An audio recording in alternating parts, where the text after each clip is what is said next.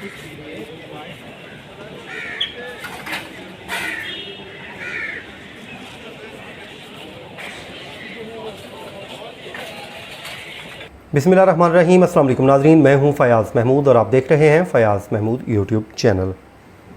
नाज़रीन, दुआ ज़हरा केस की ही अपडेट आई थी तो आपके साथ सोचा शेयर कर दूं। एक तो उनके वालिद मेहदी काज़मी साहब का इंटरव्यू है और उनके वकील की जो गुफ्तगू है वो वीडियो आपके साथ इसी वीडियो में शेयर कर देता हूँ।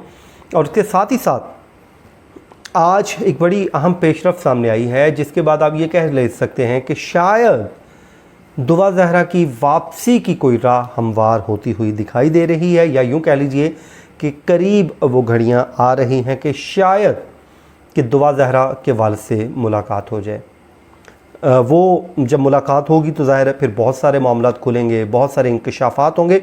तो बज़ाहिर ये लग रहा है कि ज़हीर जो है इस वक्त मुबैना जो तौर पर उसका जो शौहर है वो मुश्किलात का शिकार दिखाई दे रहा है। उसके लिए आसानियाँ इतनी अभी हैं नहीं कि वो जितना समझ रहा था कि शायद उसकी इतनी आसानी से जान छूट जाएगी, तो ये बज़ाहिर लग नहीं रहा, ये बड़ा मुश्किल लग रहा है। उसकी वजह क्या है? आज सिंध हाई कोर्ट में समाअत हुई है।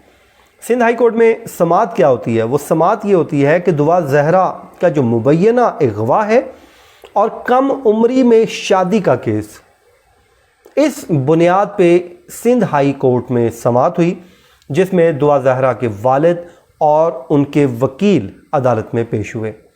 आप एक बात पे यहाँ पे ज़रूर क्रेडिट दीजिए दुआ ज़हरा के वालिद को। जो हमारी सोसाइटी है वो मेल डोमिनेटेड सोसाइटी है जिसमें अक्सर आप वाक़यात देखते हैं कि गैरत के नाम पे कत्ल कर दिया जाता है, या फिर अगर खुदा न खास्ता कोई किसी की बेटी या बहन इस तरह का कोई कदम या स्टेप उठा लेती है तो लोग शर्मिंदगी का इजहार करते हैं, उनको जो है वो अपने ऊपर उसको हावी कर लेते हैं और वो खौफ के मारे सोसाइटी की बातों से डरते हुए पैरवी तक नहीं करते।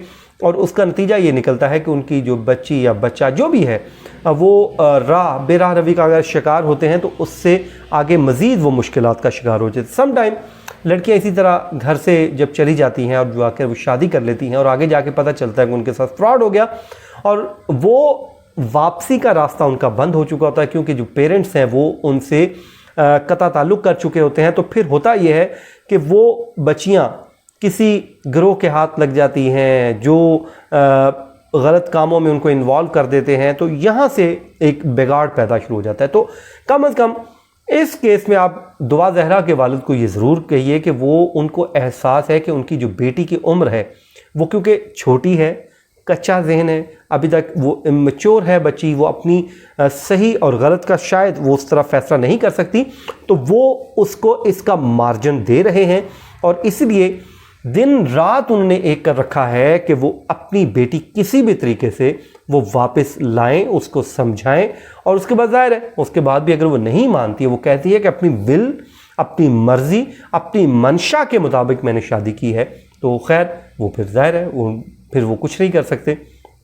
तो इस पे समाअत ये हुई और उसमें जो वकील हैं अल्ताफ़, वो दुआ ज़हरा के वालिद के वकील हैं, उन्होंने ये कहा कि हम ये चाहते हैं कि दुआ ज़हरा को बुलाया जाए अदालत में और उसके बाद बच्ची की उसके पेरेंट्स के साथ मुलाकात करवा दी जाए, क्योंकि ज़हीर के ख़िलाफ़ अगवा का मुकदमा भी दर्ज है और जिस पर जस्टिस मोहम्मद इकबाल कलहड़ो साहब ने ये पूछा कि मसला ये है कि लड़की तो अदालत में बयान दे चुकी है, जिस पर जस्टिस आगा फैसल ने भी कहा कि लड़की का बयान और रिकॉर्ड आप क्यों नहीं पेश कर रहे। तो इस पे वकील ने ये बताया कि हमें भी सोशल मीडिया से ही मालूमात हासिल हुई हैं।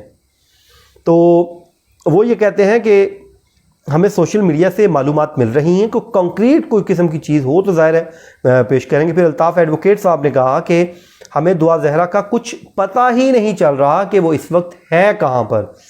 फिर उन्होंने ये भी कहा कि मिलवा दिया जाए। तो यूं फिर अदालत ने महकमा दाखिला Sindh, IG Sindh, SSP Sharki, SHO थाना और जो थाना अल-फलाह और ज़हीर अहमद को नोटिस जारी कर दिया।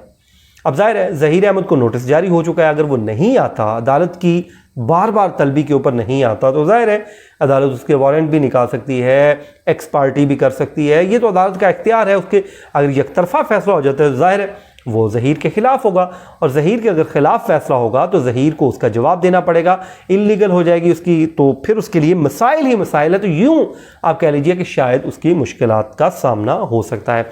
अब जब पेशी हो गई, बाकी मज़ीद मैं डिटेल बताता हूँ, पहले आपको उसके वालिद का इंटरव्यू सुन लीजिए कि वो क्या कहते हैं, उसके बाद हम अपनी बात को आगे बढ़ाते हैं।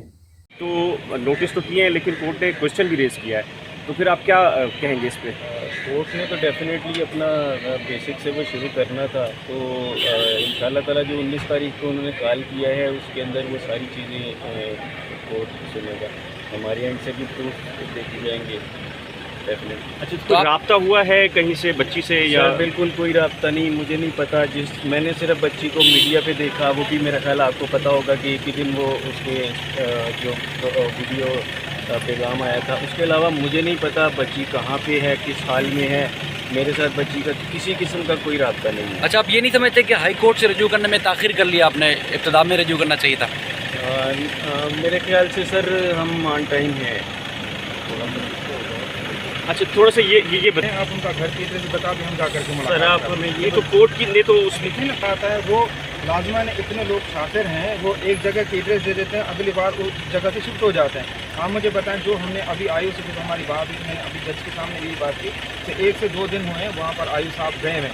अब वो वहाँ पर उस एड्रेस में भी गए हो जहाँ पर जिन्होंने एड्रेस लगाई, दाखिल की गई, जो कंप्लेन लगाई है, वो उसमें एड्रेस में रहते ही नहीं। आप मुझे बताएं कि वो कौन सी एड्रेस पर रहते हैं, कहाँ पर रहते हैं, किस जगह पर रहते हैं। आप लोग मीडिया के थ्रू हमें बता दो, हम जाकर के मुलाकात कर लेते हैं, बैठ जाते हैं, और आयु साहब हमारे जो है वो भी मुलाकात कर लेंगे। कहने का मतलब है हमें पता तो चले किस जगह पर है। लाहौर इतना बड़ा लाहौर है, और कराची के बाद लाहौर बड़ा शहर है। आप मुझे बताएं उसको कहाँ पर, किस जगह पर हम ढूंढते रहेंगे उसको। ठीक है, थैंक यू। अच्छा जी, आपने उसके वालिद की बात को सुना। वो यही कह रहे हैं कि हमें तो पता ही नहीं है कि हमारी जो बच्ची है वो इस वक्त कहाँ पर है, कहाँ पर नहीं है, उसका हाइड आउट कहाँ पे, कुछ समझ ही नहीं आ रही कि वो इस वक्त है कहाँ पे। या इवन को उन्होंने ये भी कहा कि तफ्तीशी अफसर परसों ही लाहौर गया था, और जो बेटी है वो कहते हैं कि मेरी बेटी को अगवा किया गया है, मेरी जो बेटी है उसके साथ ज़बरदस्ती निकाह किया गया है। तो हक़ाइक़ जानने के लिए अदालत उनको बुला ले, नोटिस करे और बुला ले। अब ज़हीर से अदालत ने जवाब तलब कर लिया है। जो ज़हीर है इससे जवाब तलबी हुई है, ज़ाहिर है अब वो जवाब देगा, बताएगा कि बेटी को भी लाया जा सकता है, वो आए, हो सकता है कराची आती है तो पेरेंट्स से मिलती है, मुलाकात करती है, तो शायद दिल पिघल जाए और वो कोई सच्ची बात बता दे कि मर्ज़ी से शादी नहीं की या फिर मर्ज़ी से की है। तो ये वजूहात हैं, मैं वाकई पसंद करती हूँ, कोई प्रेशर तो नहीं है। ये मुख्तलिफ सवालात हैं जिनके जवाबात मिल जाएंगे, और अगर वो कहेगी कि मैंने पेरेंट्स के साथ रहना है तो रह लेगी, वरना वो वालिद अपने हस्बैंड के साथ जाना चाहे तो सो बिस्मिल्लाह, फिर जा सकती है, कौन रोक सकता है। तो उसके बाद ये भी कहा कि अदालत से उन्होंने इस्तदा की है कि दुआ ज़हरा को बुलाया जाए, उनका बयान अदालत रिकॉर्ड कर ले, सिंध हाई कोर्ट रिकॉर्ड कर ले। और ये भी कहा गया कि पुलिस हुक्काम को हदायत की जाए कि वो दुआ ज़हरा को पेश करें, ताकि ये मामला जो है हमेशा हमेशा के लिए हल हो। हमें भी पता चल जाए, हमारी बेटी आके फ्री माइंड के साथ एक स्टेटमेंट दे दे कि जी मैंने अपनी मर्ज़ी से की है और मैं ज़हीर के साथ रहना चाहती हूँ, बात ख़त्म हो जाएगी। और अगर वो कहती है कि मेरे ऊपर कोई दबाव था, प्रेशर था, तो फिर ज़हीर को पकड़ा जाए। तो ये नाज़रीन अब सिचुएशन बन रही है, इस केस की अपडेट है, हम आपको बार बार अपडेट कर रहे हैं, और अल्लाह ताला से दुआ है कि ये केस जल्द से जल्द हल हो, ताकि जो वालिदैन हैं, परेशान हैं, उनको कोई सुकून मिल जाए। मुझे दीजिए इजाज़त, अपनी दुआओं में याद रखिए। अल्लाह निगहबान।